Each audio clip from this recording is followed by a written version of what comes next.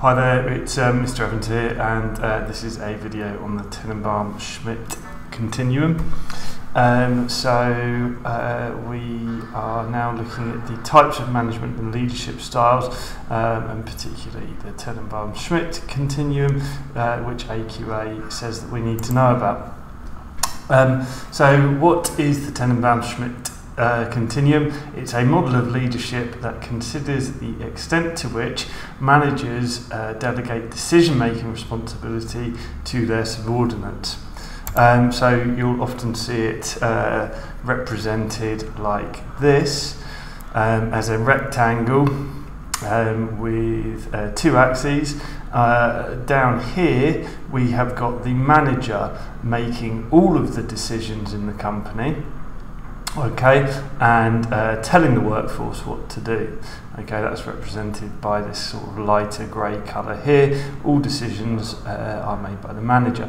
As we move down the continuum, the dark grey portion of the continuum gets bigger, and the light grey continuum gets smaller. So the dark grey aspect of this continuum is the extent to which subordinates are able to make decisions.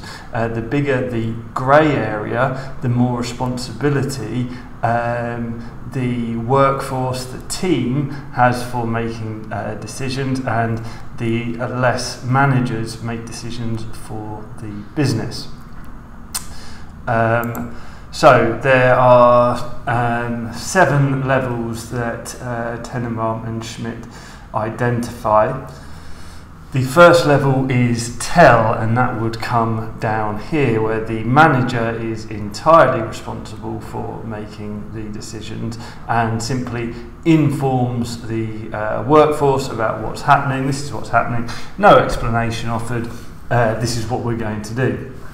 Level 2 occurs a little bit further down the continuum, around here. There's a bit more team involvement in the decision, but I mean it's not really much. All the manager's doing is maybe explaining the reasons that they are following a particular course of action.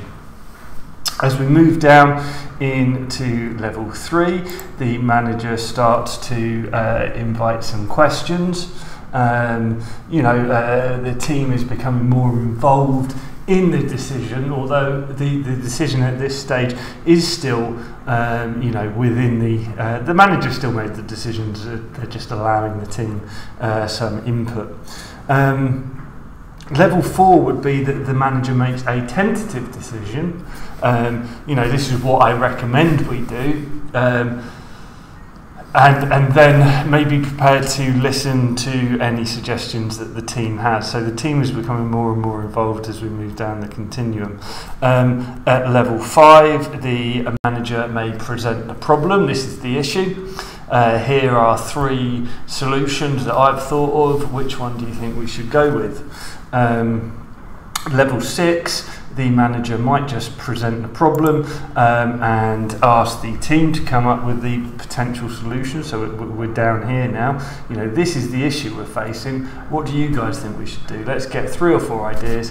But potentially at this level, the manager is still making the final decision until we get down to level 7, somewhere down here, where the manager, if they're taking a completely laissez-faire view, will give the team no direction. They won't even identify the problem. The team will be responsible for identifying the issues, coming up with solutions, and implementing them. Okay, so an interesting model, and of course, it should be noted that managers, a good manager in my opinion, potentially you'll inherit a team that's somewhere down here that they don't really know, maybe they don't have the skills or necessary training to make decisions, but you would want to coach your team so you can get them further up here, develop them, and motivate them by getting more involved. That's a personal opinion. So Tannenbaum and Schmidt What does it depend on? Where are we on the continuum? Well, it will depend on a number of different factors. So first of all, the organisational circumstances. So if you are presented a question and it seems as though the business is in crisis, maybe the manager doesn't have time to consult the workforce. Decisions need to be made, tough decisions need to be made quickly, and in that scenario you would want to be more towards the tell. Think about the army. You don't have time in that sort of scenario to be consulting everyone. Police riots, that kind of crisis situation, you would want the manager to make a decision and don't really have time to consult. Whereas if an organisation is in somewhat different circumstances with more time, then the manager may want to consult and listen to the team and bring them on board. The manager's leadership style, are they authoritarian, which would correspond with level 1 tell, all the way down to laissez-faire, a French word which basically means you just let your team get on with it. We'll look at that in a bit more detail in a later video. Is the manager theory X or theory Y? Again, we'll look at that in a later video, but essentially a theory X manager would look at their staff as lazy, in need of guidance, in need of direction, whereas a theory Y manager would see the staff as motivated, highly skilled, involved, and get the team more involved. So where we are would depend on the manager's leadership style. The experience of the team will be important. If you have got a relatively inexperienced team who don't necessarily understand the circumstances, or if I'm thinking of maybe a national chain like a Tesco or something, if you've got a branch that has been severely underperforming because of poor management, then a new manager may get parachuted into that branch to try and sort things out, and in that situation the team has experienced poor management and therefore may not be capable of making good decisions, and as I said, the job of the manager would then be to take the decisions in the short term, but their long-term goal would be to coach the team to make them more effective.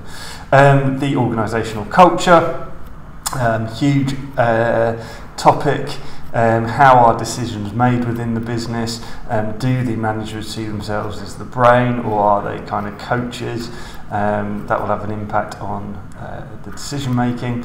And finally, the organisational objectives. What's the organisation trying to achieve? Is it trying to develop its staff, or is the organisational objective quick growth, get out of crisis? So a range of factors there that the leadership style would depend on.